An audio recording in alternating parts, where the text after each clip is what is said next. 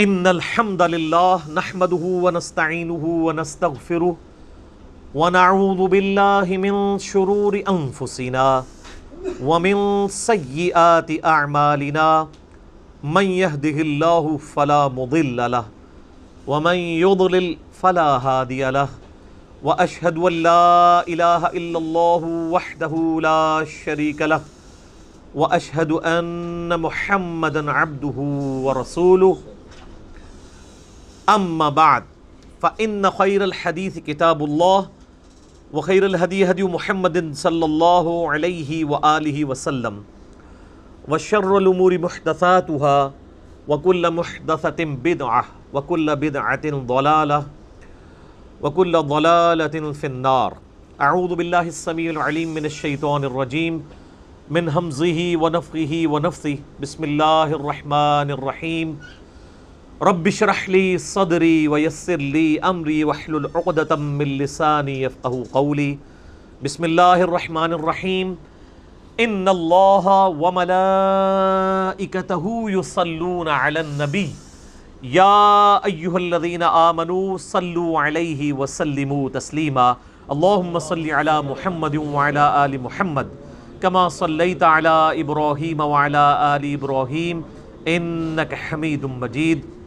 اللہم بارک علی محمد وعلی آل محمد کما بارکت علی ابراہیم وعلی آل ابراہیم انک حمید مجید۔ اللہم ربنا آتنا فی الدنیا حسنۃ وفی الآخرۃ حسنۃ وقنا عذاب النار۔ ربنا آتنا من لدنک رحمۃ وہیئ لنا من امرنا رشدا۔ لا الہ الا انت سبحانک انی کنت من الظالمین۔ حسبنا اللہ ونعم الوکیل ولا حول ولا قوة الا باللہ العلی العظیم۔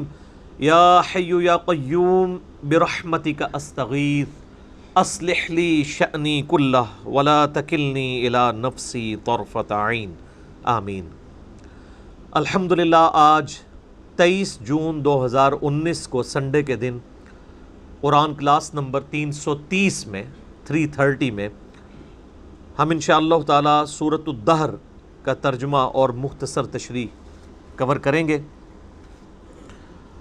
سورہ الدہر بھی مدنی سورت ہے اور اس کی امپورٹنس کے لیے یہی کافی ہے کہ اللہ کے محبوب صلی اللہ علیہ وآلہ وسلم کے بارے میں آتا ہے، صحیح بخاری اور صحیح مسلم دونوں میں یہ حدیث متفق علیہ موجود ہے کہ اللہ کے نبی علیہ السلام ہر جمعے والے دن فجر کی پہلی رکعت میں سورہ السجدہ، جسے سورہ الف لام میم السجدہ بھی کہا جاتا ہے، وہ پڑھا کرتے تھے اور دوسری رکعت میں سورہ الدہر پڑھا کرتے تھے۔ یعنی آپ علیہ السلام نے چونکہ جمعے کا دن تذکیر واعظ و نصیحت کے لیے رکھا ہوا تھا، تو وہ واعظ و نصیحت جو ہے وہ فجر کے وقت ہی شروع ہو جاتی تھی۔ فجر کی پہلی رکعت میں سورہ السجدہ بڑی ہی جامع ترین صورت ہے، خصوصاً تذکیر کے حوالے سے، فکر آخرت کے حوالے سے۔ اور دوسری صورت سورہ الدہر، یہ بھی اپنے مضامین کے اعتبار سے بڑی اہم صورت ہے اور اس کا مرکزی ٹاپک جو ہے وہ جنت سے ریلیٹڈ ہے۔ اور کئی ٹاپک بھی ہیں لیکن یہ ڈومیننٹ پہلو ہے اس کے اندر۔ اہل جنت کو جو اللہ تعالیٰ نعمتوں سے نوازے گا ان کا بڑا تفصیل کے ساتھ اس میں ذکر آیا ہے، اور شروع کی آیات تو بڑی یونیک آیات ہیں قرآن حکیم میں۔ چند مقامات جو اپنے مضمون کی گہرائی کے اعتبار سے بڑے منفرد ہوتے ہیں، ان میں سے ایک اس صورت میں بھی شروع کے مضامین آئیں گے۔ اپنے مصحف سامنے رکھ لیجئے۔ اعوذ باللہ من الشیطان الرجیم بسم اللہ الرحمن الرحیم۔ هل اتى على الانسان حين من الدهر لم يكن شيئا مذکورا۔ بے شک انسان پہ زمانے میں ایسا وقت بھی گزرا ہے جب کہ وہ کوئی قابل ذکر شے نہ تھا۔ ایک تو اس کا عمومی مطلب بیان کیا جاتا ہے کہ انسان جو ہے وہ ایک بے قدر پانی سے پیدا ہوا، اس کی کوئی یعنی حیثیت نہیں ہے، حتیٰ کہ اس پانی کا نام لیتے ہوئے بھی لوگ کراہت محسوس کرتے ہیں۔ بے قدر پانی سے اللہ تعالیٰ نے انسان کو پیدا فرمایا۔ تو ایک وقت انسان پہ ایسا گزرا ہے کہ جب چاہے وہ یعنی اپنے باپ کی پشت میں تھا یا اس کے بعد رحم مادر میں ٹرانسفر ہوا، پھر اس کے بعد ایک ایمبریو کی شکل میں، ایک جنین کی شکل میں اس نے پرورش پائی، وہ ایک حقیر چیز تھی، نہ تو اس کے اعضاء نمایاں تھے، نہ اس کے اندر وہ ساری کوالٹیز تھیں جو اللہ تبارک و تعالیٰ نے بعد میں اسے عطا فرمائی۔ آپ دیکھیں دنیا میں بڑے سے بڑا انسان بھی ہونا، اس کی اصل یہی ہے کہ اس کی پیدائش اس بے قدر پانی سے ہوئی ہے۔ چاہے کوئی پیغمبر ہے، چاہے کوئی بڑے سے بڑا فلاسفر ہے، چاہے کوئی بہت بڑا جو ہے وہ بادشاہ ہے، چاہے کوئی بہت بڑا سپہ سالار ہے، بہت کوئی بڑا جنگجو ہے، سب کی اصل جو ہے وہ بے قدر پانی ہے۔ اور اللہ تعالیٰ اس پانی میں سے دیکھیں کیا کیا چیزیں نکال رہا ہے، یہ اللہ کی قدرت ہے۔ تو زمانے میں ایک وقت انسان پہ ایسا بھی گزرا ہے جب اس کی کوئی قابل ذکر حیثیت نہیں تھی، پھر اس کے بعد اللہ تعالیٰ نے اسے جو ہے وہ آزاد دیے اور ایک مکمل انسان بنا کر جو ہے روئے ارض پہ نکالا، اور پھر جب وہ نکلا بھی اس وقت بھی وہ محتاج تھا اپنے ماں باپ کا۔ سب سے زیادہ محتاج انسان کا بچہ ہوتا ہے۔ بلی کے چھوٹے سے بچے کو بھی آپ ٹیبل پہ رکھ دینا تو نیچے نہیں گرے گا، اپنے آپ کو روکنے کی کوشش کرے گا، لیکن انسان کا بچہ تھوڑا بڑا بھی ہو جاتا ہے، اس کی حفاظت کرنی پڑتی ہے۔ اسی لیے ماں باپ کے ساتھ حسن سلوک کا ذکر جو ہے وہ انسانوں کے لیے ہے، کہیں جانوروں کے بارے میں آپ کو یہ چیز نہیں ملے گی۔ اللہ تعالیٰ نے ان کو پیدا ہوتے ہی انڈیپینڈنٹ بنایا ہے۔ آپ دیکھیں یہ چوزا انڈے سے نکلتا ہے، اسی وقت چگنا شروع کر دیتا ہے اور پانی پیتا ہے، تو اس طریقے سے پانی کو نیچے اس کو ساری کی ساری چیزیں اللہ تعالیٰ نے بلٹ ان سکھا دی ہوتی ہیں، یہ اس کی یعنی جبلت کے اندر، انسٹنکٹ کے اندر یہ چیزیں داخل کر دی ہیں۔ مگر مچھ دیکھیں اس روئے ارض پہ چند آپ سمجھ لیں طاقتور ترین جانوروں میں سے ایک جانور ہے۔ اس کے جو جبڑا بند کرنے کی طاقت ہے وہ 3000 پاؤنڈ ہے، یعنی آپ سمجھ لیں 1500 کلو، 1500 کلو وزن جتنی طاقت رکھتا ہے نا، یہ اس طاقت سے وہ جبڑے بند کرتا ہے۔ تو دنیا میں کوئی بھی مضبوط سے مضبوط چیز جو ہے نا وہ اس کے جبڑوں کا مقابلہ نہیں کر سکتی۔ بلکہ سائنٹسٹ ہمیں بتاتے ہیں کہ جو کتنے بڑے بڑے ڈائنوسارز تھے، وہ جب پانی پینے کے لیے میٹھے پانی کے تالاب پہ آتے تھے تو ان کو بھی ان کے گردن سے دبوچ کے کروکوڈائلز، یہ مگرمچھ اندر لے جاتے تھے اور اپنی خوراک بناتے تھے۔ کئی شیر ہیں ان کو دبوچ لیتے ہیں، بڑے بڑے بھینسوں کو دبوچ لیتے ہیں، یہ اللہ نے ان کو طاقت دی۔ لیکن اگر آپ کبھی اس کو دیکھیں کہ ان کا جو بچہ پیدا ہوتا ہے نا وہ چھپکلی سے بھی چھوٹا ہوتا ہے، بالکل یہ آپ سمجھ لیں یہ ایک ہماری جو انگلی ہے اس کے برابر یہ کروکوڈائل کا بچہ ہوتا ہے جب یہ انڈے سے نکل رہا ہوتا ہے۔ کئی بچے نکلتے ہیں، ان میں سے کوئی ایک آدھ بچتا ہے، اور وہ آپ اگر نیشنل جغرافک پہ ویڈیوز دیکھیں وہ پیدا ہوتے ہی فوراً پانی کی طرف جاتے ہیں، اپنی سیفٹی کرنے کی کوشش کرتے ہیں۔ ان میں سے کئی ایک بچے جو ہیں وہ چیل اور کوے اور کئی اور پرندے ان کو اچک لیتے ہیں، اپنی چونچ کے ساتھ اپنی خوراک بنا لیتے ہیں، ہوتے ہی چھوٹے سے۔ یہ اتنا بڑا تو بہت بعد میں بنتا ہے۔ تو یہ اللہ تعالیٰ ہے جو بے قدر چیزوں سے کیا کچھ پیدا کرتا ہے۔ انسان جو اللہ تعالیٰ کی کریشن کا کلائمیکس ہے، اس کے بارے میں اللہ فرماتا ہے کہ اس پہ بھی ایک بہت عرصہ ایسا گزرا ہے کہ بے قدر یہ چیز تھا، اس کی کوئی حیثیت نہیں تھی۔ اور ایک اس کا انٹلیکچوئلز کے ہاں اس کی تفصیل یوں کی جاتی ہے کہ انسان کو اللہ تعالیٰ نے پہلے جو پیدا فرمایا تھا وہ روحوں کی شکل میں پیدا فرمایا تھا، پھر وہ ایک ڈورمنٹ پوزیشن انسان کے اندر، یعنی اللہ تعالیٰ نے ان روحوں کو کسی اپنی سٹوریج کے اندر رکھ دیا، پھر اسی اعتبار سے ڈیسائیڈ کیا کہ کس نے کس وقت پیدا ہونا ہے، اس کی روح اس میں داخل کی۔ تو وہ جو ایک بہت بڑا عرصہ تھا جس میں انسان روحانی طور پہ ایگزسٹ کرتا تھا لیکن اس کے پاس جسم نہیں تھا، وہ بھی ایک ایسا پیریڈ ہے جو کہ ہم عموماً ذکر نہیں کرتے، نہ ہمیں اس طریقے سے وہ یاد ہے۔ اللہ تعالیٰ نے ہماری روحوں سے عہد لیا تھا، الستو بربکم، سب روحوں نے کہا تھا قالوا بلا، لیکن ہمیں وہ چیز یاد نہیں ہے، لیکن ہم پہ وہ پیریڈ گزرا ہے۔ تو وہ بھی ایک ایسا پیریڈ تھا کہ جب انسان کو اپنی حیثیت کا اندازہ نہیں تھا، تا وقت کہ انسان کو اللہ تعالیٰ نے جسم عطا فرمایا۔ اس کو سپورٹیو وہ حدیث بھی ہے جو جامعہ ترمذی میں صحیح سند کے ساتھ موجود ہے، مسند احمد میں بھی صحیح سند کے ساتھ ہے، دلائل النبوہ امام بیہقی کی کتاب میں بھی صحیح سند کے ساتھ ہے، مشکات المصابیح میں بھی 3 جلد میں آپ کو اللہ کے محبوب صلی اللہ علیہ وآلہ وسلم کے فضائل کے چیپٹر میں مل جائے گی کہ صحابہ کرام نے پوچھا، اے اللہ کے نبی صلی اللہ علیہ وآلہ وسلم، آپ پہ نبوت کب واجب ہوئی؟ کب آپ نبی بنائے گئے؟ تو آپ نے فرمایا کہ میں اس وقت بھی اللہ کے ہاں خاتم النبیین لکھا ہوا تھا جبکہ ابھی آدم علیہ السلام روح اور جسم کے درمیان تھے. ایک روایت میں آتا ہے مٹی اور پانی کے درمیان تھے. میں اللہ کے ہاں اس وقت بھی خاتم النبیین لکھا ہوا تھا. یعنی اللہ کے ڈیوائن علم میں، اللہ کے پاس تو روحیں موجود ہیں نا. اللہ نے پہلے ہی ڈیسائیڈ کر لیا بھائی اس روح نے محمد رسول اللہ بننا ہے، اس روح نے فرعون بننا ہے، اس نے موسیٰ بننا ہے، اس نے ابو جہل بننا ہے. اللہ کو تو پتہ ہے اپنے ڈیوائن علم کی وجہ سے. تو وہ ایک جو پیریڈ ہے وہ ہمیں یاد نہیں ہے. اس وقت ہم کوئی قابل ذکر شے نہیں تھے. جب تک کہ دیکھیں جب تک فرعون دنیا میں آیا نہیں ہے اس وقت تک اس کی فرعونیت سے لوگ انٹروڈیوس تو نہیں ہوئے. اللہ کے ہاں تو وہ روح کی شکل میں موجود تھا. تو وہ والا بھی ایک پیریڈ ہو سکتا ہے. دو معنی ہو گئے. اور ایک تیسرا معنی ہے جو لوگ ایوولوشن کے قائل ہیں، ارتقاء کے. ایک ارتقاء وہ ہے جو ڈارونزم والا ہے کہ انسان جو ہے وہ جانوروں کی اولاد ہے یا چمپینزی کی اولاد ہے. یہ تو ٹوٹلی ایک حرام عقیدہ ہے، کفری عقیدہ ہے. مسلمانوں کے ہاں بھی ارتقاء اس حوالے سے پایا جاتا ہے. میرا اس کے اوپر یوٹیوب پہ کلپ بھی ہے. بخاری اور مسلم کی متفق علیہ حدیث ہے کہ نبی علیہ السلام نے فرمایا کہ جب آدم علیہ السلام کو اللہ تعالیٰ نے پیدا فرمایا تو ان کا قد جو ہے وہ 60 ہاتھ تھا. پھر آہستہ آہستہ قد کم ہوتے چلے گئے. تو اتنی ایوولوشن تو نبی علیہ السلام بھی بیان فرما رہے ہیں کہ تبدیلی انسانوں کے اندر آئی ہے. اب جو لوگ قرآن پاک سے اس ایوولوشن کو جو ڈارون کی ایوولوشن نہیں ہے بلکہ جو کتاب و سنت میں فٹ ان بیٹھتی ہے، جس طرح کہ سورہ آل عمران میں بھی آتا ہے کہ ہم نے حضرت آدم علیہ السلام کو چن لیا، اور اسی طریقے سے سیدنا عمران کے بارے میں آتا ہے ان کی اولاد کو ان کو چن لیا یعنی نبوت کے لیے. تو وہ کہتے ہیں آدم علیہ السلام کو بھی اللہ نے چنا ہے. تو چناؤ اسی وقت ہوتا ہے جب ایک سے زیادہ آدم ایگزسٹ کرتے ہوں. ان میں سے کسی ایک کو چن کے اللہ تعالیٰ نے ہمارا جد امجد بنا دیا اور اس کو ایسا سلیکٹ کیا کہ اس سے آگے نسل چلائی. تو وہ بھی ان آیات سے، یہ میں آپ کو اسکول آف تھاٹ بتا رہا ہوں، میں یہ نہیں کہہ رہا کہ یہ عقیدہ ہے.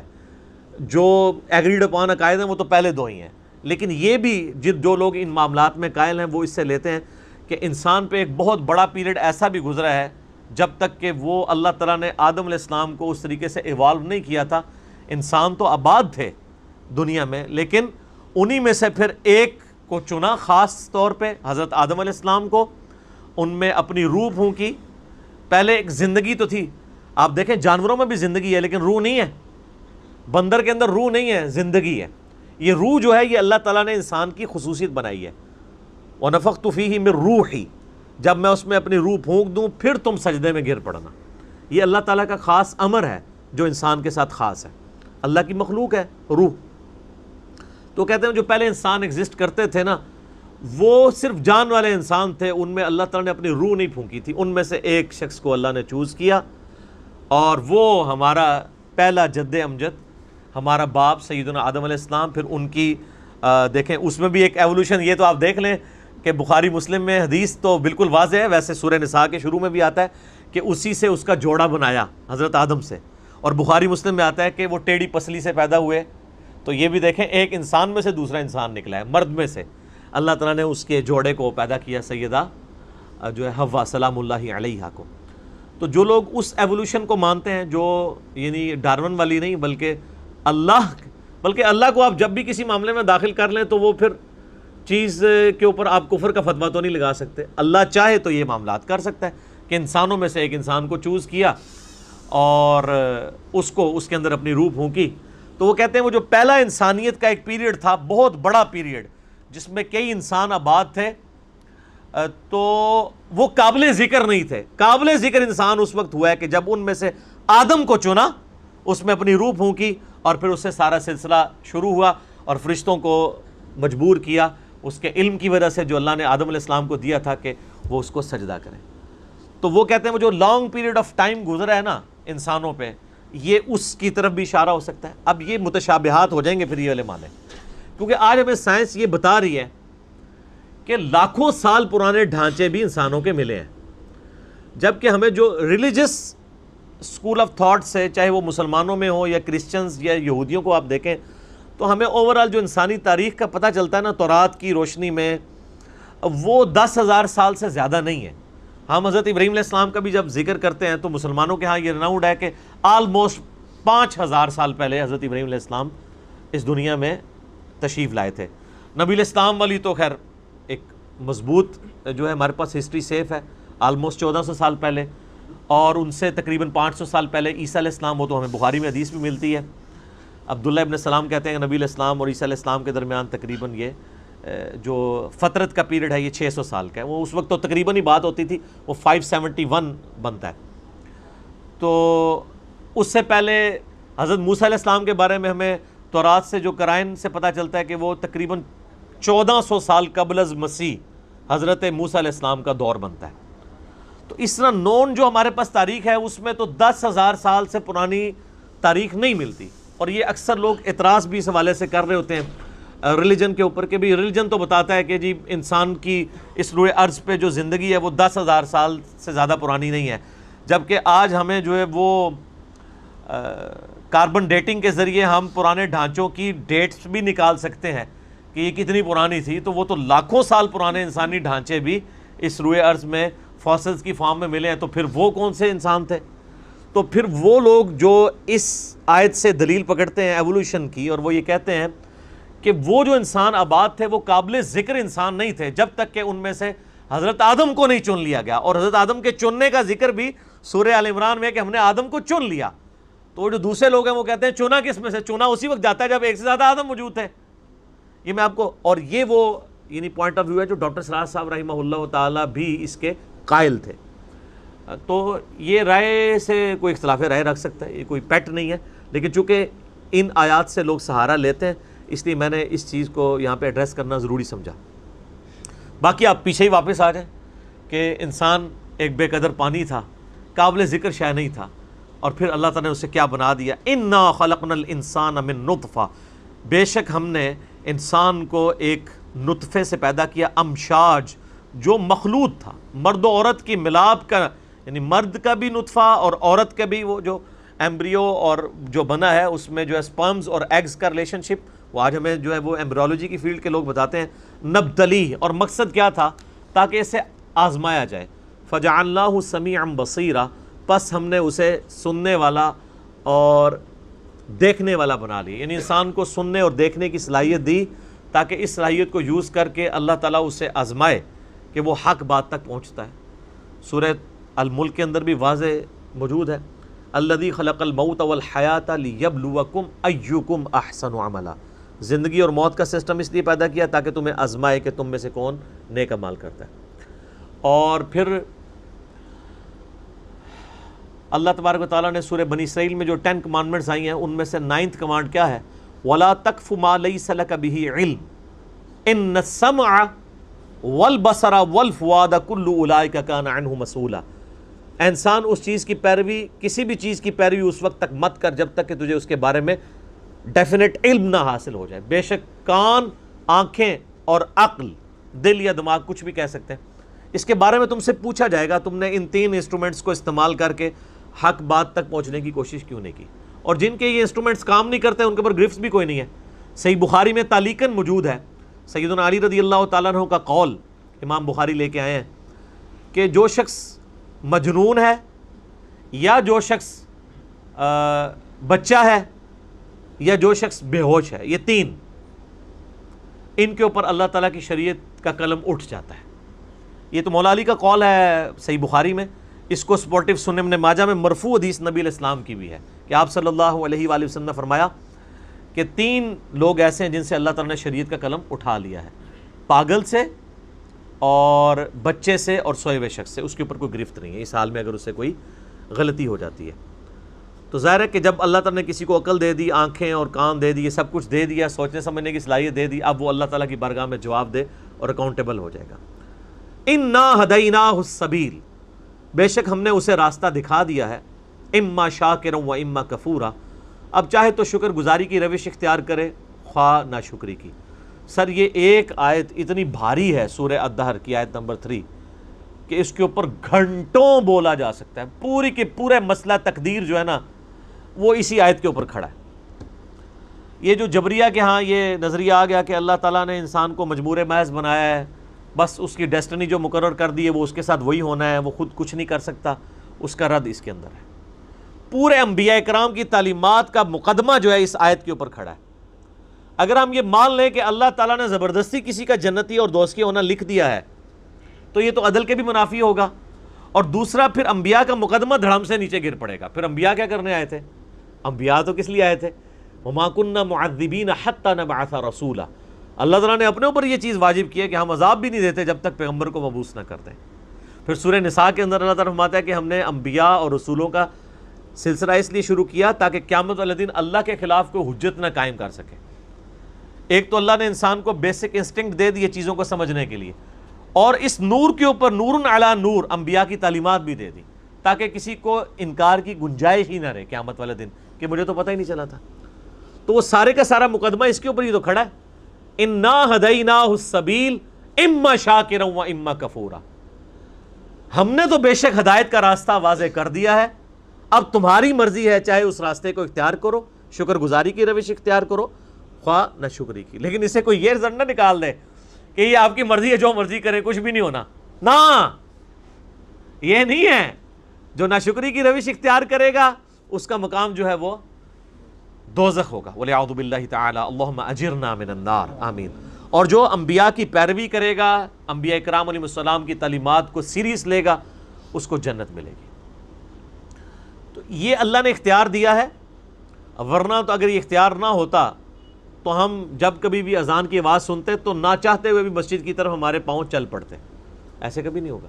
اور یہ بھی کبھی نہیں ہوگا کہ آپ مسجد کی طرف جا رہے ہوں اور آپ کے پاؤں کسی دوسری طرف موڑ دیے جائیں، اور یہ بھی کبھی نہیں ہوگا کہ اذان کی آواز سن کے آپ مسجد سے باہر نکلیں کسی غلط کام کے لیے اور نماز چھوڑ دیں تو وہیں پہ آپ دھنس جائیں، ایسا بھی نہیں ہوگا۔ اللہ تعالیٰ نے کھلی چھٹی دی ہوئی ہے دنیا کے اندر، لیکن آخرت میں پکڑ فرمائے گا۔ اور اس کانٹیکسٹ میں ایک بڑی اہم ترین آیت ہے سورہ الزمر پارہ نمبر 23 کے اندر، بہت ڈیسائسو آیت ہے مسئلہ تقدیر کے حوالے سے۔ مسئلہ تقدیر اتنا گھمبیر ہے کہ میں نے 4 نشستوں میں مسئلہ نمبر 103 104 A B C 6.5 گھنٹے کی آلموسٹ گفتگو 200 آیات کراس ریفرنس کے طور پہ 50 مقامات سے قرآن حکیم کے کور کی ہوئی ہے۔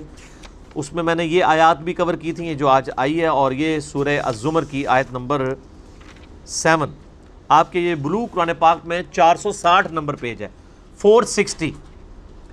اس میں چوتھی لائن پہ یہ آیت ہے، ان تکفروا فإن اللہ غنی عنکم، اگر تم کفر کرو گے، ناشکری کی روش اختیار کرو گے تو بے شک اللہ تعالیٰ تو بے پرواہ ہے۔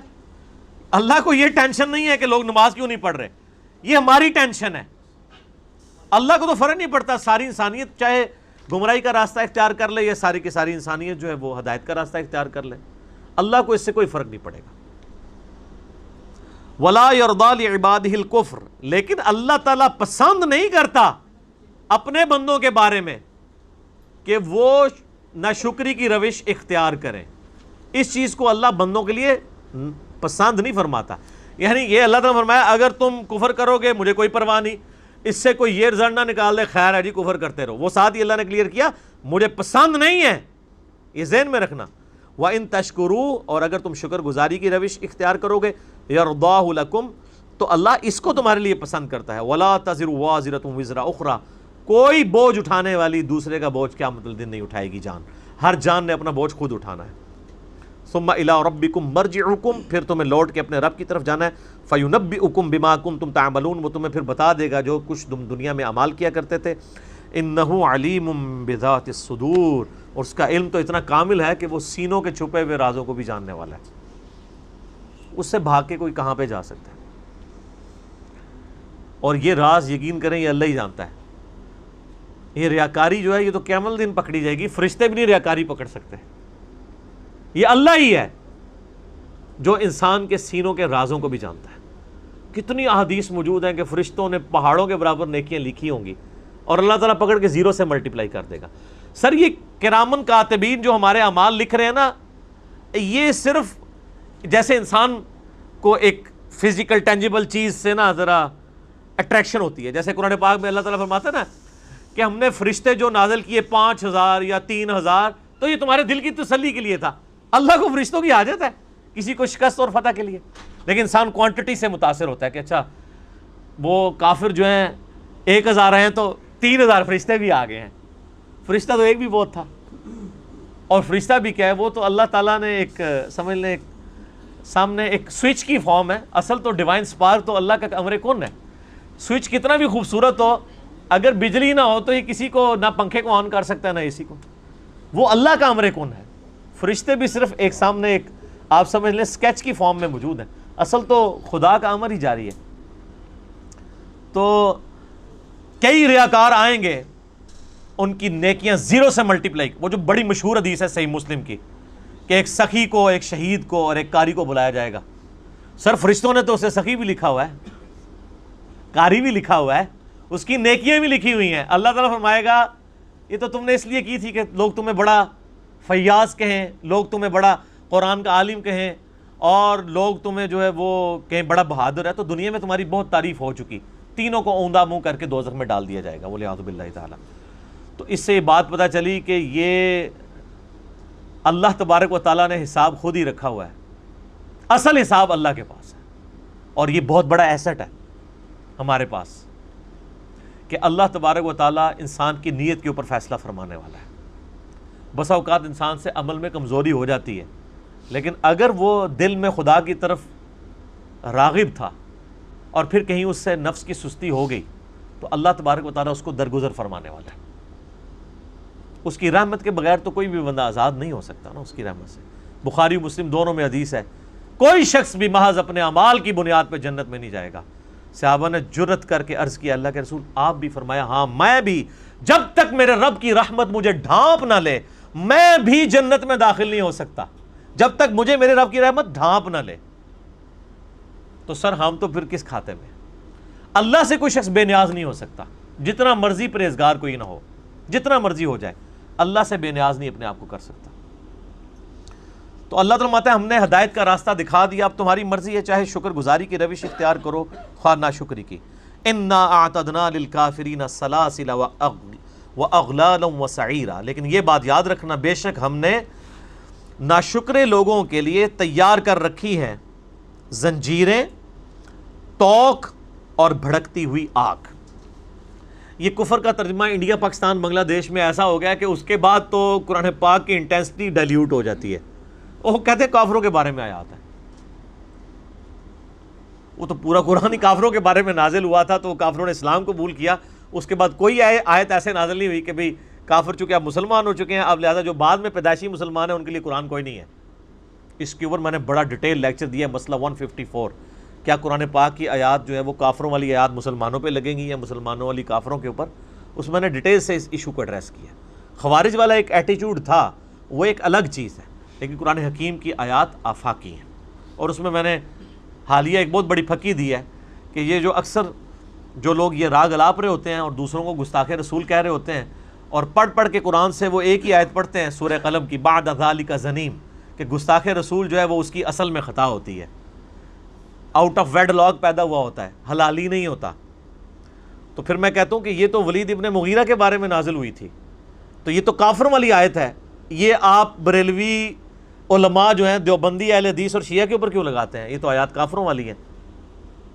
مسلمان کے بارے میں تو کہیں نہیں آیا کہ مسلمان کوئی گستاخ رسول ہو تو وہ یہ ہوگا, یہ تو کافر کے بارے میں تھی. تو کہیں گے نہیں وہ ایٹیچیوڈ کی بات ہے, جو بھی وہ حرکت کرے گا اس میں فٹ ہوگا. تو سر آپ بھی جو حرکتیں کر رہے ہیں وہ چاہے بتوں والی آیات ہیں چاہے وہ کافروں والی آیات ہیں, آپ پہ بھی فٹ ہوں گی. قرآن پاک کی آیات آفاقی ہیں, جسے فٹ اسے گفٹ. ٹھیک ہے, قل ان کنتم تحبون اللہ فاتبعونی. یہ آیات تو یہودیوں کو ٹانٹ کیا گیا تھا, وہ کہتے تھے ہم اللہ والے ہیں, تو فرمایا گیا کہ اگر اللہ سے محبت کرتے ہو پھر اس نبی کو بھی ماننا ہوگا. نبی علیہ السلام سے ان کو چڑ تھی. تو یہ آیت بھی یہودیوں کے بارے میں ہے, لیکن کیا میلاد کے جلسوں میں یہ آیت نہیں پڑھی جاتی ہے کہ رسول اللہ صلی اللہ علیہ وآلہ وسلم کی جو اتباع ہے اسی کے اندر اللہ کی محبت چھپی ہوئی ہے؟ تو یہ تو کافروں والی آیت ہے, یہ کیوں مسلمانوں پہ لگا رہے ہوتے ہیں, کیوں مسلمانوں کو سنا رہے ہوتے ہیں؟ وہ کہتے ہیں نہیں آفاقی ہیں. تو یہ آیات بھی آفاقی ہیں. کفر کا مطلب ہے ناشکری کی روش, انکار عمل سے بھی ہو سکتا ہے, عقیدے سے بھی. اور صحیح مسلم میں جو حدیث ہے کتاب الایمان چیپٹر میں کہ بندے کے کفر اور ایمان, بندے کے اسلام اور شرک کے درمیان جو فرق ہے وہ نماز ہے. نماز نہ پڑھنے والا عملاً تو کافر ہے, عملاً کافر ہے. اور اس کو سپورٹیو وہ حدیث بھی ہے, یہ تو مسلم کی حدیث ہے, تو ترمذی میں ہے کہ جس نے جان بوجھ کے نماز چھوڑی اس نے کفر کیا. اور ترمذی میں جو شفیق تابعی کا قول ہے وہ کہتے ہیں کہ میں نے صحابہ کرام کی صحبت کی ہے، صحابہ کرام علیہم رضوان ترک نماز کے علاوہ کسی کے لیے کفر کا فتویٰ نہیں لگایا کرتے تھے. یعنی صحابہ کرام میں یہ چیز ایگریڈ اپان تھی کہ جو نماز نہیں پڑھتا وہ کافر ہے. پاکستان کی شناختی کارڈ میں مسلمان رہے گا، اس کا جنازہ بھی پڑھ دیا جائے گا، ظاہر قانوناً اس کو ٹریٹ کیا جائے گا، باقی اللہ کے ہاں وہ عملاً کافر لکھا جائے گا. وَأَقِيمُوا الصَّلَاةَ وَلَا تَكُونُوا مِنَ الْمُشْرِكِينَ، نماز قائم کرو اور مشرکوں میں سے نہ ہو. یہ ایٹیچیوڈ مشرکوں والا ہے. ان الابرار یشربون من کأس کان مزاجها کافورا، بے شک نیک لوگ پئیں گے اس شراب میں سے ایسے جام جن میں آب کافور کی آمیزش ہوگی. اور کافور کیا ہے؟ عین یشرب بها عباد اللہ یفجرونها تفجیرا، وہ ایک چشمہ ہے جس سے اللہ کے وہ خاص بندے پئیں گے اور جہاں چاہیں گے اسے بہا کر لے جائیں گے. سر کوئی نہر کھودنی نہیں پڑے گی، کوئی پمپ نہیں لگانا پڑے گا، جنت میں کوئی پائپ نہیں لگانا پڑے گا، جہاں جنتی اشارہ کریں گے وہاں اس کی نعمتیں اس کے ساتھ چلتی جائیں گی. تو سر یہ اس پہ میں نے کئی دفعہ بولا ہے نا، یہ کن فیکون ہے نا، جو اس میں کسی درجے میں اللہ تعالیٰ جنت میں اپنی مخلوقات کو بھی شریک کر لے گا. خالق اور مخلوق کا فرق رہے گا، لیکن جنت میں اللہ تعالیٰ انسان کو وہ کوالٹیز دے گا جو انسان چاہتا ہے. انسان نے خدائی کا دعویٰ کیا ہوا ہے نا، دنیا میں تو خواہش نہیں پوری ہو سکتی، لیکن جنت کے اندر اللہ تعالیٰ نے وہ کوالٹیز دے دی ہیں. خدا کی سب سے بڑی کوالٹی کیا ہے؟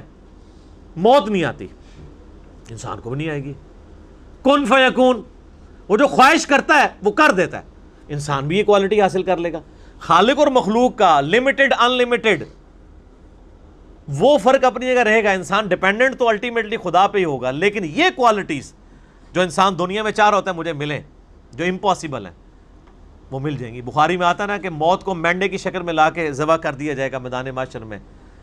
جنتی جو ہیں وہ پریشان ہونے ہوں گے جب وہ یعنی لایا جائے گا کہ پتہ نہیں کیا فیصلہ ہونے والا ہے. جب وہ قتل ہوں گے ان کے لیے خوشخبری ہو جائے گی کہ اب تمہیں موت نہیں آئے گی. اور دوست کی جو ہے وہ خوشی کے لیے نکلیں گے کہ شاید ہمارا کوئی فیصلہ ہونے لگا ہے، ان کے لیے وہ بری خبر ہوگی کہ اب تمہیں بھی موت نہیں آئے گی. وَلِعِيَاذُ بِاللَّهِ تَعَالَى. اللہم اجرنا من النار، اللہم اجرنا من النار، اللہم اجرنا من النار. کوئی شخص امیجن نہیں کر سکتا جی، دنیا کی بڑے سے بڑی ناکامی اس ناکامی کے سامنے ذرے کی حیثیت بھی نہیں رکھتی ہے جو میدان محشر میں اٹھانی پڑے گی. وَلِعِيَاذُ بِاللَّهِ تَعَالَى. جنہوں نے اللہ کی نافرمانی کی، اس کے پیغمبروں کی اطاعت نہ کی، جہاں چاہیں گے وہ لے جائیں گے بہا کر. یوفون بالنذر، یہ وہ لوگ تھے جو پوری کرتے تھے اپنی منتیں. وَيَخَافُونَ يَوْمًا كَانَ شَرُّهُ مُسْتَطِيرًا، اور ڈرتے تھے اس دن سے جس کا شر ہر سو پھیلا ہوگا، یعنی قیامت کا دن.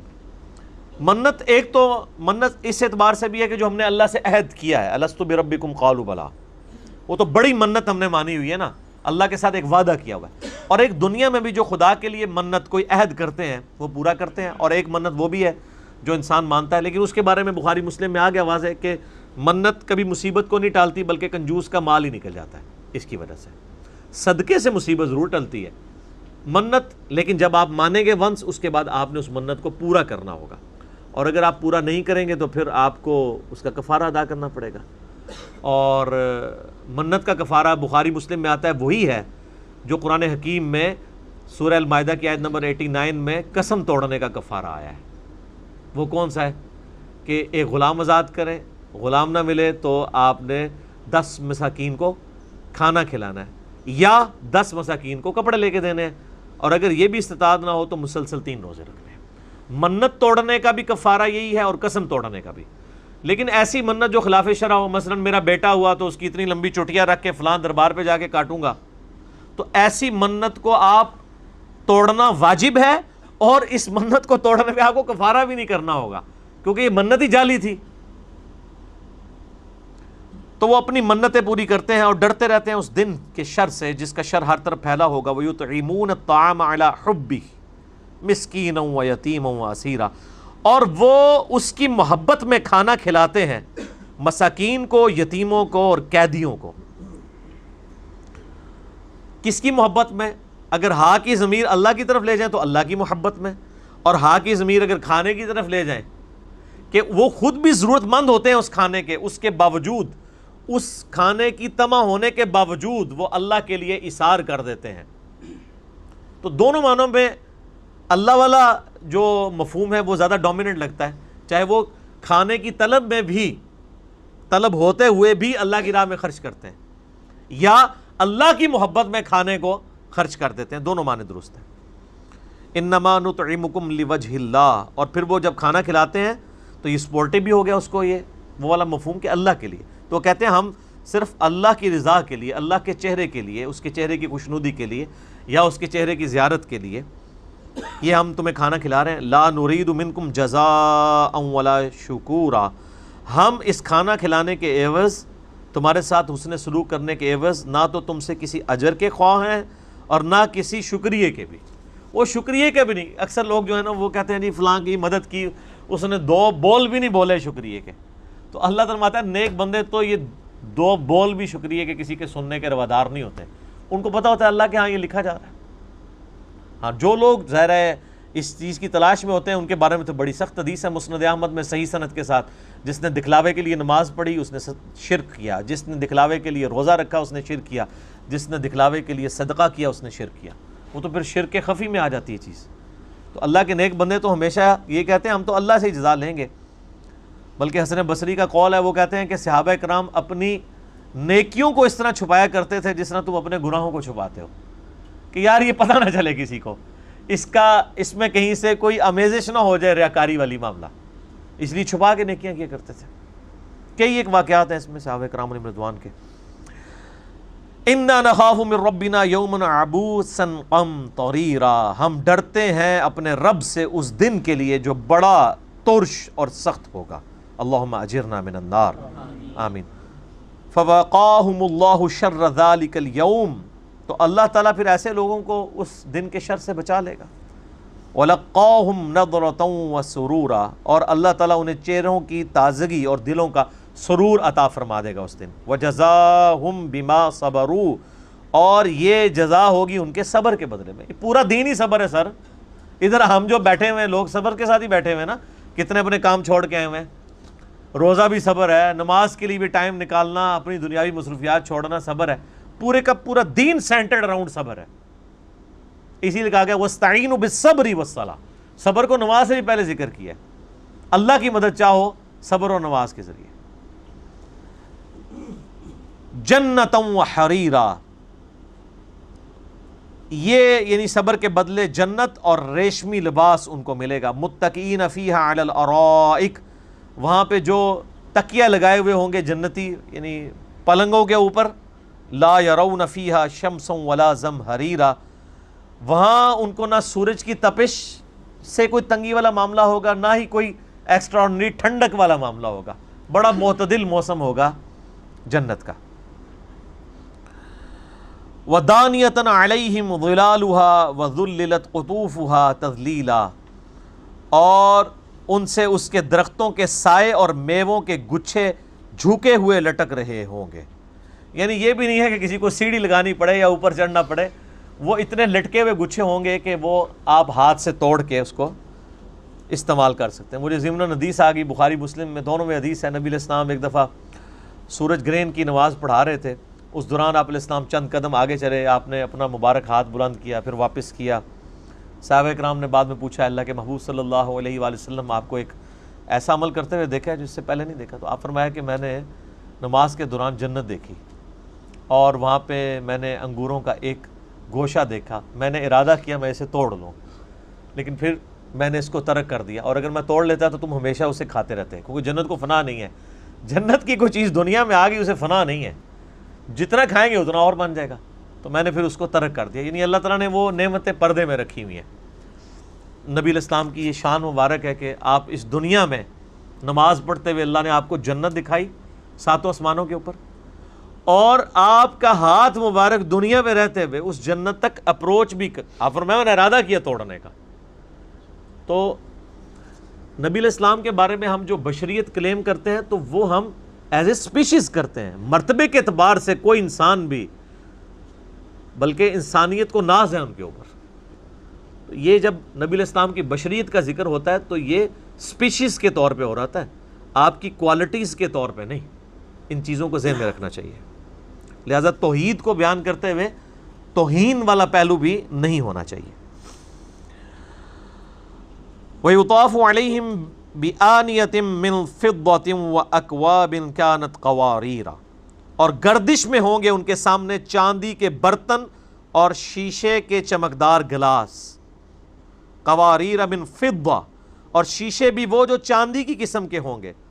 قدروہا تقدیرا، اور وہ جو وہاں پہ ان کو سرو کر رہے ہوں گے انہوں نے اسے پورے اندازے سے بھرا ہوگا. وَيُسْقَوْنَ فِيهَا كَأْسًا كَانَ مِزَاجُهَا زَنْجَبِيلًا، اور انہیں وہاں پہ پلائی جائے گی ایسی شراب یا ایسی جام جس میں زنجبیل کی آمیزش ہوگی. اور زنجبیل کیا ہے؟ عَيْنًا فِيهَا تُسَمَّى سَلْسَبِيلًا، جنت میں ایک چشمہ ہے جس کو سلسبیل کہا جاتا ہے. وَيَطُوفُ عَلَيْهِمْ وِلْدَانٌ مُخَلَّدُونَ، اور ہر وقت ان کی خدمت میں معمور رہیں گے وہاں پہ نوجوان لڑکے. اذا رأیتہم حسبتہم لؤلؤا منثورا، جب تم انہیں دیکھو گے تو یوں سمجھو گے گویا یہ موتی ہیں بکھرے ہوئے. موتیوں کی شکل میں وہ نوجوان لڑکے، جس طرح یہاں پہ بھی آپ دیکھیں ہوٹلز کے اندر وہ ٹیبل بوائز ہوتے ہیں، تو اللہ تمہارا جنت میں بھی سرو کرنے کے لیے وہ لڑکے ہوں گے جو بوڑھے بھی نہیں ہوں گے. یعنی کبھی بندے کے دماغ میں آ سکتا ہے بوڑھا ہو جائے تو وہ شاید سرو کرنے میں تھوڑا دیر لگا دے یا غصہ ہی نہ کھا جائے. بوڑھے کو بھی خطرہ ہوتا ہے نا غصہ نہ کھا جائے. نوجوان تو فوراً رسپانس کرتے ہیں. آپ کہیں بھی دیکھ لیں جو چھوٹے بچے یا چھوٹی عمر کے لوگ ہیں وہ رسپانس ان کا بڑا اچھا ہوتا ہے. اور بہت چھوٹے ہوں تو آپ دیکھیں یہ چھوٹے بچے وہ کام بڑے شوق سے کرتے ہیں جو بڑوں کی منتیں مار کے کروانا پڑتا ہے. اور انرجی بڑی ہوتی ہے بچوں کے اندر.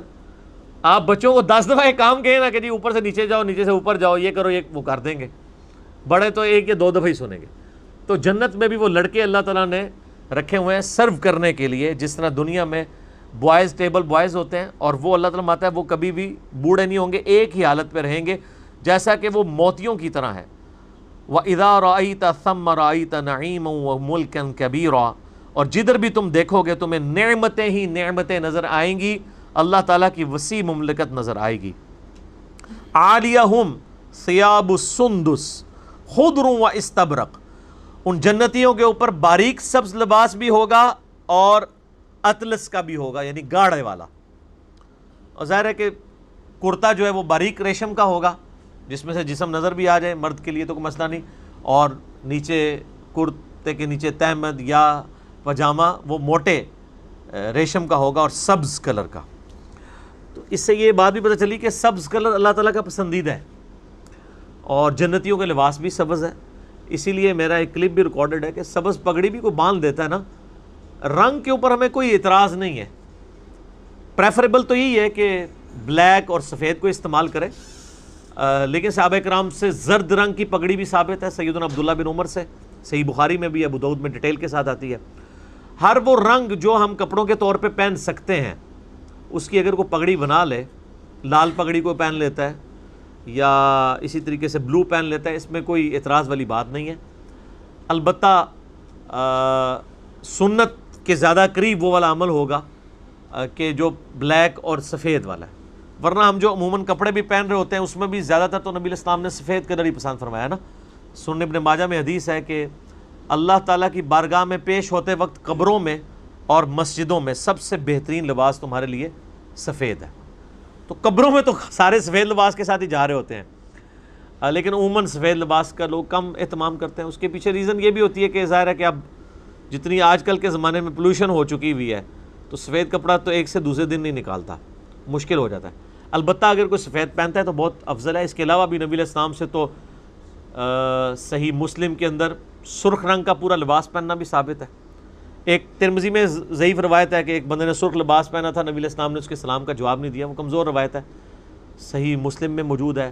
اس طریقے سے صحیح مسلم میں ہے کہ سیدہ اسماء بنت ابی بکر نے نبی علیہ السلام کی وفات کے بعد ایک طیالسی کالا جبہ، کسروانی طیالسی پرشین امپائر کا جبہ نکالا اور کہا کہ یہ نبی علیہ السلام پہنا کرتے تھے، جس پہ گوٹ بھی لگی ہوئی تھی دامن پہ بھی، اور ہم اس کا دھون مریضوں کو شفا کے لیے پلاتے ہیں. تو کالے کلر کے کپڑے بھی آپ پہن سکتے ہیں، کلر کے اوپر کوئی ممانعت نہیں ہے. لیکن یہاں پہ جنتیوں کا لباس سبز، یہ میں اس لیے کہہ رہا ہوں کہ وہ ہمارے ہاں ایک بریلوی مکتب فکر کی دعوت و تبلیغ کے حوالے سے جماعت ہے دعوت اسلامی، تو ان کی سبز پگڑی کے اوپر اکثر لوگ اعتراض کرتے تھے. تو میں شروع سے اس کو ڈیفینڈ کرتا تھا کہ بھئی اس کے اوپر آپ اعتراض نہ کریں. اور اعتراض وہ لوگ کر رہے ہوتے ہیں جو خود ننگے سر رہتے ہیں، ٹوپی بھی بڑی مشکل سے پہنتے ہیں، وہ کہتے ہیں یہ سبز پگڑی ثابت نہیں ہے. تو پھر میں اسے کہتا ہوں یہ لال رومال کہاں سے ثابت ہے؟ مولانا فضل الرحمان صاحب کو تو کسی نے نہیں کہا کہ یہ جو آپ نے ایک ٹپیکل رومال پہنا ہوا ہے زرد اور بیچ میں وہ ڈبیاں، یہ کہاں سے ثابت ہے؟ کوئی بھی نہیں کہے گا. تو آپ علمی اعتراض کسی کے اوپر کریں، سبز رنگ سے نفرت نہ کریں، اللہ کا پسندیدہ رنگ ہے. جنتیوں کا لباس سبز ہے، اس میں نے یہ آیت کوٹ کی تھی، آیت نمبر 22 سورہ الدہر کی. اور دنیا میں بھی دیکھ لیں اللہ تعالیٰ نے سبز رنگ کو کیا فضیلت دی ہے، کسی اور رنگ کو یہ فضیلت نہیں ملی. انسان کا دل خوش ہوتا ہے سبز رنگ کو دیکھ کے، ہریالی کو دیکھ کے، درختوں کو دیکھ کے. یہ اللہ تعالیٰ نے اپنی جہاں پہ بھی قدرتیں قرآن میں گنوائی ہیں کہ اللہ تعالیٰ جو ہے وہ بے قدر بیج کو اس میں سے فصل اگاتا ہے، اور پھر کسان کو کتنی بھلی معلوم ہوتی ہے. کیوں بھلی معلوم ہوتی ہے؟ اللہ نے سبز رنگ میں اٹریکشن رکھی ہے، اور پوری انسانیت نے اجماع کر لیا ہے اس کے اوپر. کس طرح؟ ٹریفک قوانین میں کہ سبز رنگ ہوگا تو آپ نے چلنا ہے، نو ڈینجر. انسانیت کا اجماع ہو گیا سر. بریلوی دیوبندی اہل حدیث شیعہ کے اجماع کی ضرورت نہیں، پوری انسانیت نے اجماع کر لیا ہے کہ ریڈ کلر جو ہے وہ خطرے کی نشانی ہے.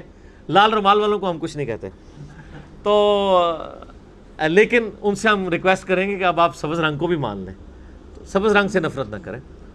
اور اسی وجہ سے گنبد خضرا کا رنگ بھی سبز کیا گیا. ویسے تو یہ نبی علیہ السلام کی وفات کے 650 سال بعد رکھا گیا، ہم تو اسے کنڈیم کرتے ہیں، میرا تو کلپ ہے. لیکن میں اب ٹیکنیکل پوائنٹ بتا رہا ہوں کہ شروع میں جب یہ گنبد رکھا گیا تھا اس وقت اس پہ وائٹ کلر تھا. یہ تقریباً 250 سال پہلے سلطنت عثمانیہ نے اس کو گرین کلر کیا تھا. بیچ میں سعودی حکومت کو یہ مشورہ دیا گیا کہ اس کا کلر چینج کریں، کم از کم جو ہے وہ لوگوں کو یہ پتہ چلے کہ یار یہ گنبد نبی علیہ السلام نے نہیں بنایا تھا، آپ کی تو مخالفت ہے، صحیح مسلم میں حدیث ہے قبروں پہ عمارتیں بنانے سے. تو پھر بعد میں علماء عرب نے خود ہی کہا کہ جی اس کو نہ تو ریموو کرنے کی ضرورت ہے کیونکہ فتنہ کھڑا ہوگا، رنگ بھی چینج نہ کریں، بلکہ رنگ وہ ہر سال کرتے ہیں خود. یہ نہیں ہے کہ وہ آپ پتہ 668 ہجری میں رکھا گیا ہے، آلموسٹ 800 سال ہونے کو آئے ہیں، تو وہ ہر سال کلر ہوتا ہے. بلکہ میرے پاس کلر پڑا بھی ہوا ہے، پرانا جو اتارتے ہیں نا وہ تبرکن ہمیں کسی نے دیا بھی ہوا ہے. تو بلکہ ہم جب وہ میلاد کے پروگرام کروایا کرتے تھے تو اس میں زیارت بھی کروایا کرتے تھے اس کی. تو وہ ہر سال وہ سعودی حکومت کرواتی ہے کلر، خود اس کے اوپر کرواتی ہے کلر، تاکہ وہ ایک اب چل رہا ہے. ظاہر ہے اس میں تو صحیح بخاری میں حدیث ہے، سیدہ عائشہ سے نبی علیہ السلام نے فرمایا تھا، عائشہ تیری قوم نئی نئی جھالیے سے نہ پھری ہوتی تو میں حتیم کو توڑ کے کعبے میں داخل کر دیتا، لیکن پھر میں نے یہ ارادہ ترک کر دیا. حالانکہ نبی علیہ السلام کی خواہش تھی کہ وہ ابراہیمی بنیادوں پہ خانہ کعبے کو کھڑا کیا جائے، لیکن فتنے کے ڈر سے. اور یہ فتنہ اتنی بڑی چیز ہے کہ نبی علیہ السلام دنیا میں موجود ہیں اور آپ کانفیڈنٹ نہیں ہیں کہ میرے ماننے والے جو میرے لیے جان بھی دینے کے لیے تیار ہیں وہ اس فتنے سے بچ جائیں گے. ہم تو ایسے کہتے ہیں نا کہ جانثار تھے، یہ بات کرنا آسان ہوتا ہے، سارے نہیں جانثار ہوتے، سارے کوئی ایک کلاس اسٹوڈنٹ نہیں ہوتے ہیں، نیچے کے لوگ بھی ہوتے ہیں، ہر طرح کے لوگ ہوتے ہیں. تو نبی علیہ السلام فرمایا مجھے تیری قوم سے خطرہ ہے کہ یہ نئی نئی جھالیت سے پھری ہے، یہ کہیں نہ کہیں کعبہ ہی گرا دیا. حتیم صدیوں سے چل رہا تھا، اس کو کعبے کے اندر کر دیا. پھر صحیح مسلم میں آتا ہے بعد میں عبداللہ ابن زبیر نے یہ کر دیا تھا. تو اور پھر سیدہ عائشہ سے انہوں نے اس لیے کیا، انہوں نے ان کی خالہ بھی تھی سیدہ عائشہ سے، انہوں نے جا کے حدیث پوچھی کہ بالکل نبی علیہ السلام خواہش تھی. تو انہوں نے کہا اب تو کوئی مسئلہ نہیں ہے نا، اب تو اتنا عرصہ ہو گیا. جس طرح کہ حضرت عمر نے بھی تراویح کی جماعت کنٹینیو کیوں کی تھی کہ بھئی اب تو فرض ہونے کا خطرہ نہیں ہے، نہ لوگوں کے دماغ میں آئے گا، تو اسے کنٹینیو کر دیا جائے. لیکن ساتھ ہی سیدنا عمر نے کہا افضل یہی ہے کہ گھر میں اکیلے پڑھو. اسی بخاری کی حدیث میں جو آدھی حدیث پیش کی جاتی ہے، آدھی چھپا لی جاتی ہے، صرف اہل حدیث ہی بیان کرتے ہیں، باقی لوگ نہیں کرتے کیونکہ ان کے مجمع چھٹ جائیں گے. تو اسی طریقے سے یہاں پہ بھی جب عبداللہ ابن زبیر نے اسے داخل کیا تو پھر بعد میں حجاج ابن یوسف نے جب ان کو شہید کر دیا، پھر اس نے ضد میں دوبارہ خانہ کعبے کو توڑ کے تو پھر حتیم باہر نکال دیا اور خانہ کعبہ شریف کو اسی طریقے سے واپس اس بنیاد پہ لے آئے. تو پھر جب عباسیوں کی حکومت آئی نا، عباسیوں کو چونکہ بنو امیہ سے ٹسل تھی، انہوں نے کہا کہ ہم تو پھر اس کو دوبارہ سے حتیم کو اندر داخل کریں گے. تو پھر امام مالک نے کہا تھا کہ خدا کے لیے اسے حکمرانوں کی گیم نہ بناؤ، اس کو یہیں رہنے دو آپ. اور اس میں انہوں نے کہا کہ اس میں سہارا آپ اس حدیث سے لوں گا میں کہ نبی علیہ السلام فرمایا عائشہ تیری قوم نئی نئی جھالی سے نہ پھری ہوتی تو میں جو ہے وہ حتیم کو کعبے کے اندر داخل کر دیتا. تو انہوں نے کہا اب یہ آئے دن فتنہ کھڑا رہے گا, کوئی اور حکمران آئے گا وہ توڑ کے اندر کر دے گا, پھر وہ باہر کر دے گا, اور یہ سلسلہ جاری رہے گا. اور الفتنہ تو اکبر من القتل, فتنہ جو ہے وہ قتل سے بھی بڑی چیز ہے. تو مجھے اس سے چیز یاد آ گئی کہ اس معاملے میں تھوڑی سی ٹالریشن بھی شو کرنی چاہیے, ٹالرنس شو کرنی چاہیے. اللہ تعالیٰ فرماتا ہے کہ ان پہ سبز لباس ہوگا, موٹا بھی باریک بھی, وَحُلُّوا أَسَاوِرَ مِن فِضَّةٍ, اور انہیں چاندی کے کنگن پہنائے جائیں گے, وَسَقَاهُمْ رَبُّهُمْ شَرَابًا طَهُورًا, اور ان کا رب انہیں پاکیزہ شراب بھی وہاں پہ پلائے گا. یہ وہ شراب نہیں ہوگی کہ جس سے نشہ آ جائے, سورہ واقعہ میں ڈیٹیل آتی ہے کہ وہ نشے والی شراب نہیں ہوگی, ٹیسٹ ہی, اور وہ دنیا کا کوئی ٹیسٹ ہی نہیں اس کا مقابلہ کرتا. بخاری مسلم میں حدیث ہے, حدیث قدسی, کہ اللہ تعالیٰ فرماتا ہے میں نے اپنے بندوں کے لیے وہ نعمتیں چھپا رکھی ہیں جو نہ کسی آنکھ نے دیکھی, نہ کسی کان نے سنی, نہ کسی کے دل پہ اس کا کھٹکا گزرا. اور سورہ سجدہ کی بھی آیت آپ علیہ السلام نے تلاوت کی کہ میں نے اپنے بندوں کے لیے ان کی آنکھوں کی ٹھنڈک کئی نعمتیں چھپا کے رکھی ہیں. تو اللہ تعالیٰ فرماتا ہے کہ وہاں پہ انہیں چاندی کے کنگن پہنائے جائیں گے اور شراب پلائی جائے گی, لیکن دنیا میں یہ حرام ہے مرد کے لیے. تو دنیا میں یہ روزہ ہے. ہمارا ایک یوٹیوب پہ کلپ بھی ہے, دنیا کا حرام جنت میں انعام. جو جو چیزیں دنیا میں حرام ہے نا وہی جنت میں انعام بننے والی ہیں. دنیا میں سونا حرام, جنت میں انعام. دنیا میں ریشم حرام, جنت میں انعام. دنیا میں 4 سے زیادہ بیویاں رکھنا حرام, اور جنت میں وہ تارجمی صاحب سے پوچھ لیں. اچھا جی, میری کمپیٹنسی نہیں میں اس طرح بیان کر سکوں, اس لیے آپ دیکھیں مجھے حدیثیں تو بخاری مسلم کی حوروں والی بڑی یاد ہے, لیکن میری اہلیت ہی نہیں کہ میں ان کو بیان کر سکوں. وہ آپ پڑھ لیں یا تارجمی صاحب کو سن لیں. ان ھذا کان لکم جزاء وکان سعیکم مشکورا, انہیں کہا جائے گا یہ تمہارا صلہ ہے اور مبارک ہو تمہاری کوششیں مقبول ہوئی ہیں. یہ اللہ تعالیٰ کتنا قدردان ہے. انسان کہتا ہے کہ اللہ کی مہربانی ہے, اور اللہ کہتا ہے کہ تمہارے اعمال کی جزا ہے, قدر فرمانے والا ہے. حالانکہ سب کچھ یہ کمپیٹنسی حق اور باطل میں تمیز کرنے کی صلاحیت بھی اس نے دی تھی, لیکن اللہ تعالیٰ قدر فرمانے, اتنا قدر فرمانے والا ہے کہ دولت دیتا ہے اور کہتا ہے مجھے قرض دے دو بیچ میں سے میں لوٹاؤں گا. دیا ہوا اس کا مال ہے, اور کیا کہتا ہے اللہ میں ایک مقروض ہوں تمہارا, 700 گنا کر کے لوٹاؤں گا.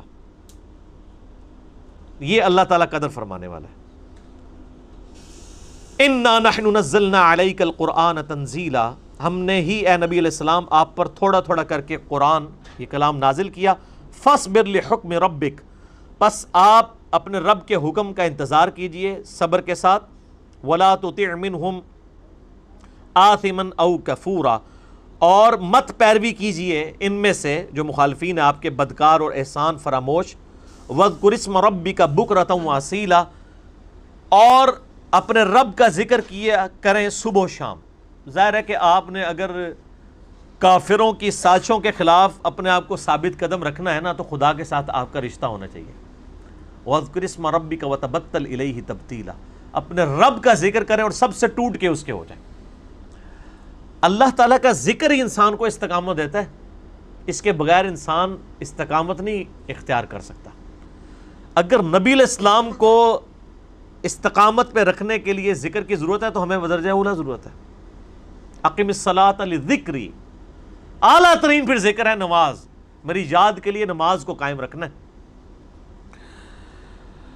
وَمِنَ اللَّيْلِ, اور رات کے حصے میں بھی فَاسْجُدْ لَهُ وَسَبِّحْهُ لَيْلًا طَوِيلًا, اور رات کے وقت رات کی تنہائیوں میں بھی اس کو سجدہ کریں اور رات کافی وقت اس کی تسبیح کیا کریں. یہ نبی علیہ السلام پہ تو آپ کو پتہ پھر فرض تھی نا. تہجد کی نماز خاص آپ کے لیے فرض ہے, امت کے لیے یہ نفلی ہے, اور رمضان کے اندر سنت مؤکدہ بنا دی گئی ہے. بخاری مسلم میں حدیث ہے جس نے رمضان کی راتوں کا قیام کیا اللہ تعالیٰ اس کے اگلے سارے جو گناہ ہو چکے ہیں وہ معاف فرما دے گا. لیکن نبی علیہ السلام کے اوپر 6 نمازیں فرض تھی, 5 تو وہ والی جو ہم بھی پڑھتے ہیں, اور 6ٹھی تہجد کی نماز قیام اللیل یہ آپ علیہ السلام پہ فرض تھی. ایسی فرض تھی کہ آپ علیہ السلام, بخاری میں آتا ہے, سفر کے دوران بھی باقی سنتیں آپ چھوڑ دیتے تھے لیکن رات کی نماز پڑھا کرتے تھے, وتر بھی پڑھا کرتے تھے. کوئی رات کی نماز آپ کے اوپر فرض تھی. سیدنا علی کا بھی قول ہے المصنف ابن ابی شیبہ میں کہ وطر کی نماز سنت ہے، سنت ہے، سنت ہے، یعنی فرض نہیں، لیکن اسے مت چھوڑو، تاکیدی سنت ہے۔ تو رات کی نماز میں آپ اپنے رب کو یاد کریں، اس کی تسبیح کریں، سجدہ ریز ہوں اس کے سامنے۔ ان ہؤلاء یحبون العاجلہ، بے شک یہ لوگ دنیا سے محبت کرتے ہیں،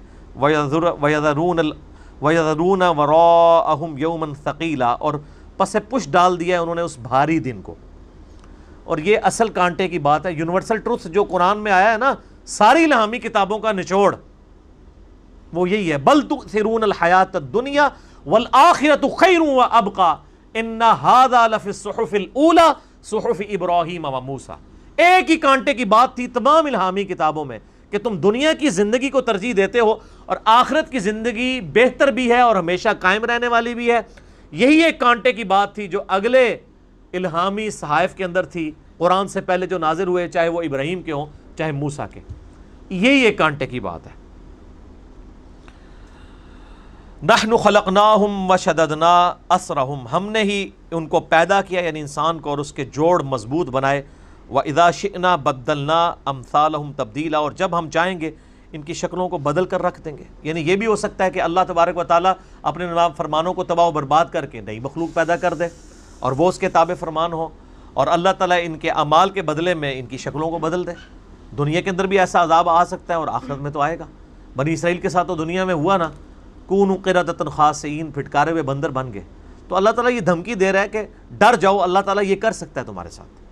ان ھذہ تذکرہ، اتنی باتیں کرنے کے بعد کنکلوڈ کیا جا رہا ہے کہ یہ ہے ساری نصیحت کی باتیں۔ فمن شاء اتخذ الی ربہ سبیلا، اب بس جس کی مرضی وہ اپنے رب کی طرف راستہ اختیار کرے۔ جہاں سے بات شروع ہوئی تھی وہاں پہ کنکلوڈ ہو رہی ہے۔ بات کہاں سے شروع ہوئی تھی؟ انا ہدیناہ السبیل اما شاکرا و اما کفورا، ہم نے ہدایت کا راستہ دکھا دیا ہے، اب تمہاری مرضی ہے چاہے شکر گزاری کی روش اختیار کرو خواہ نہ شکری کی۔ اور بات کنکلوڈ بھی اس صورت میں یہاں پہ ہو رہی ہے کہ اللہ تعالیٰ ماتا ہے ان ھذہ تذکرہ، یہ قرآن تو ہے نصیحت۔ فمن شاء اتخذ الی ربہ سبیلا، تو پس جس کی مرضی وہ اپنے رب کی طرف راستہ اختیار کر لے۔ تو جو اختیار کرے گا اس کا انجام پیغمبروں کے ساتھ ہوگا، اور جو نافرمانی کی روش اختیار کرے گا اس کا پھر انجام پیغمبروں کے دشمنوں کے ساتھ ہوگا۔ وَلِعَاذُ بِاللَّهِ تَعَالَى اللَّهُمَّ مَنْ أَحْيَيْتَهُ مِنَّا فَأَحْيِهِ عَلَى الْإِسْلَامِ وَمَنْ تَوَفَّيْتَهُ مِنَّا فَتَوَفَّهُ عَلَى الْإِيمَانِ اللهم ثبتنا على الإيمان، اللهم ثبتنا على الإسلام، اللهم ثبتنا على القرآن، اللهم أجرنا من النار، آمین۔ وما تشاءون إلا أن يشاء اللہ، اور تم کیا چاہو گے بجز اس کے کہ جو اللہ چاہے۔ ان اللہ کان علیما حکیما، بے شک اللہ تعالیٰ علم والا ہے، حکمت والا ہے۔ یعنی انسان کی کیا مرضی چل سکتی ہے؟ مرضی تو اس کی چلے گی جو اس کائنات کا مالک ہے۔ زمین و آسمان کی ساری مخلوقات مل کے کسی ایک شخص کو بھی اللہ کے عذاب سے نہیں چھڑا سکتی، کیونکہ زمین و آسمان میں کسی مخلوق کی مرضی اللہ کے اوپر چل نہیں سکتی۔ اللہ کے اوپر کسی کی دھونس نہیں ہے۔ شفاعت کا بھی جو عقیدہ ہے وہ بالاذن ہے، من ذا الذی یشفع عندہ الا باذنہ، دھونس نہیں ہے۔ وہ تو اتنی واضح بات ہے بخاری مسلم دونوں میں، اے میری بیٹی فاطمہ میرے مال سے جو کچھ لینا ہے لے لے، اگر اللہ کے حضور پکڑی گئی تو میں تیرے کچھ کام نہ ہوں گا۔ یہ ان کو کہا جا رہا ہے جو جنتی عورتوں کی سردار ہیں۔ بخاری مسلم دونوں میں حدیث ہے کہ فاطمہ جنتی عورتوں کی سردار ہیں۔ یہ ان کو کہہ کے ہمیں سنایا جا رہا ہے کہ تم کسی جو ہے وہ شیر کا شکار نہ ہو جانا کہ کچھ بھی ہے اللہ تیرے محبوب کی امت سے ہے۔ یہ تو ہم کچھ اور ہی کہہ رہے ہوتے ہیں کہ یا اللہ جو کچھ بھی ہے ہم نے تو اپنے آپ کو سیدھا کوئی نہیں کرنا، بس اسی طرح قبول کر لے محبوب کی نسبت کی وجہ سے۔ نعوذ باللہ۔ نبی علیہ السلام کی نسبت کی جو لاج رکھے گا اسی کو یہ نسبت کام آئے گی، اور اگر وہ باغیوں کی زندگی گزارے گا پھر کوئی نہیں۔ نبی علیہ السلام نے تو کئی مواقع پہ فرمایا، صحیح مسلم کی حدیث ہے، جس نے ملاوٹ کی وہ ہم میں سے نہیں۔ آپ تو اعلان برات کر چکے ہیں، اور سب سے بڑا اعلان برات قرآن میں ہے، سورہ الفرقان کی آیت نمبر 30 میں، وقال الرسول یا رب ان قوم اتخذوا هذا القرآن مہجورا۔ نبی علیہ السلام قیامت الدین شکایت کریں گے کہ میری امت نے، میری قوم نے قرآن کو پیٹھ کے پیچھے ڈال دیا۔ تو جس کی شکایت اللہ کے محبوب صلی اللہ علیہ وآلہ وسلم لگائیں گے اس کی شفاعت کون کرے گا؟ ہمیں تو صرف تصویر کا ایک رخ بتایا گیا جو شفاعت ہو جانی ہے، اتنا سیدھا معاملہ نہیں ہے۔ یدخل من یشاء فی رحمتہ، جس کو چاہتا ہے وہ اپنی رحمت میں داخل کرتا ہے۔ اور یہ معنی بھی ہو سکتا ہے یدخل من یشاء فی رحمتہ، جو اللہ کی رحمت میں داخل ہونا چاہتا ہے وہ اسی کو اس میں داخل کرتا ہے۔ اگر یہ من کی ضمیر جو ہے اس شخص کی طرف لوٹائی جائے جو واقعی اللہ کی طرف راستہ اختیار کرتا ہے، تو اس کا معنی یہ ہوگا کہ وہ اپنی رحمت میں اسے داخل کرتا ہے جو چاہتا ہے کہ داخل ہو۔ والذین جاہدوا فینا لنہدینہم سبلنا، جو لوگ ہماری راہ میں کوشش کریں گے ان کے لیے ہم اپنی راہیں کھولیں گے۔ والظالمین اعد لہم عذابا علیما، اور جو ظالم ہیں ان کے لیے تو ہم نے سجا کر رکھا ہے خوب تیار کر کے دردناک عذاب، والعیاذ باللہ تعالی۔ اللہم اجرنا من النار، اللہم اجرنا من النار، اللہم اجرنا من النار۔ اللہم من احییتہ منا فاحیہ علی الاسلام ومن توفیتہ منا فتوفہ علی الایمان۔ اللہ تعالیٰ سے دعا ہے جو حق بات میں نے کہی اللہ تعالیٰ ہمارے دلوں میں راسخ فرمائے۔ اللہم صلی علی محمد وعلی آل محمد کما صلیت علی ابراہیم وعلی آل ابراہیم انک حمید مجید۔ اللہم بارک علی محمد وعلی آل محمد کما بارکت علی ابراہیم وعلی آل ابراہیم انک حمید مجید۔